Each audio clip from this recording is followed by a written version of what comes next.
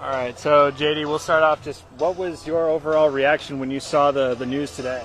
I mean, you see everything that's happening nationally, and you knew something was going to happen. And Joe Biden's a good man.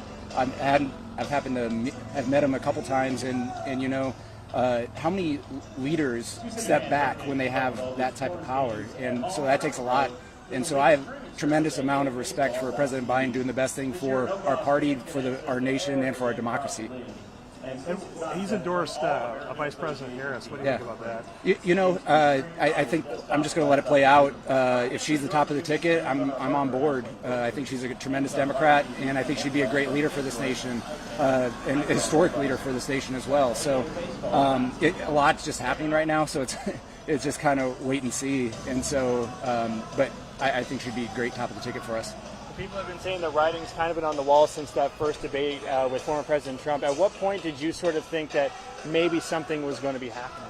Well, I mean, I don't think anybody came out of that debate thinking that President Biden did well, and even himself. And as an honest person, he looked in the mirror and said, am I the best fit for this party?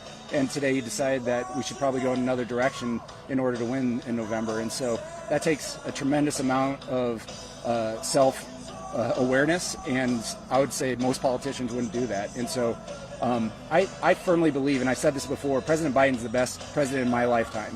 Do I agree with everything he's done? No, but the things that I'm extremely passionate about, having an economy that works for everybody, he's done amazing with the FTC, putting Lena Khan as a chair, the DOJ antitrust division, having Jonathan Cantor lead that, and his economic advisors are people that I want to be advising for this economy, so it makes working class people have a say in all of this, not just the money and the power and the corporations.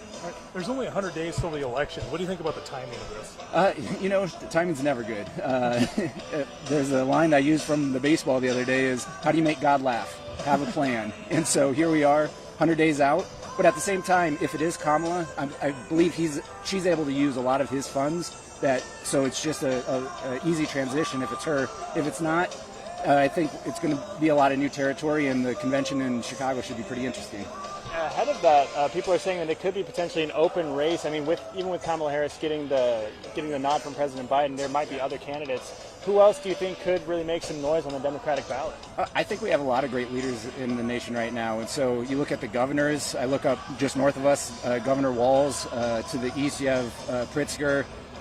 We have Whitmer in Michigan. We have a lot of great leaders across the nation right now, and that's not even counting the senators and congressmen and women that we have out in D.C. So I think no matter who we pick, we're going to have a good chance in November. One of the things I think we've seen all over ever since we knew it was going to be Trump versus Biden, there's not enthusiasm for that rematch.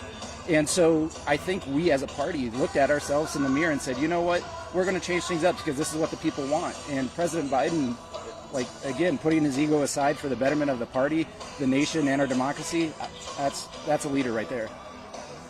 Anything else you want to add that we didn't ask you? Do you think we should know? I'll just say that J.D. Scholten versus J.D. Vance in the vice presidency, probably not going to happen. I'm happy with the Explorers. Perfect. All right. Thank you. Thank you, man. I appreciate it. Yeah.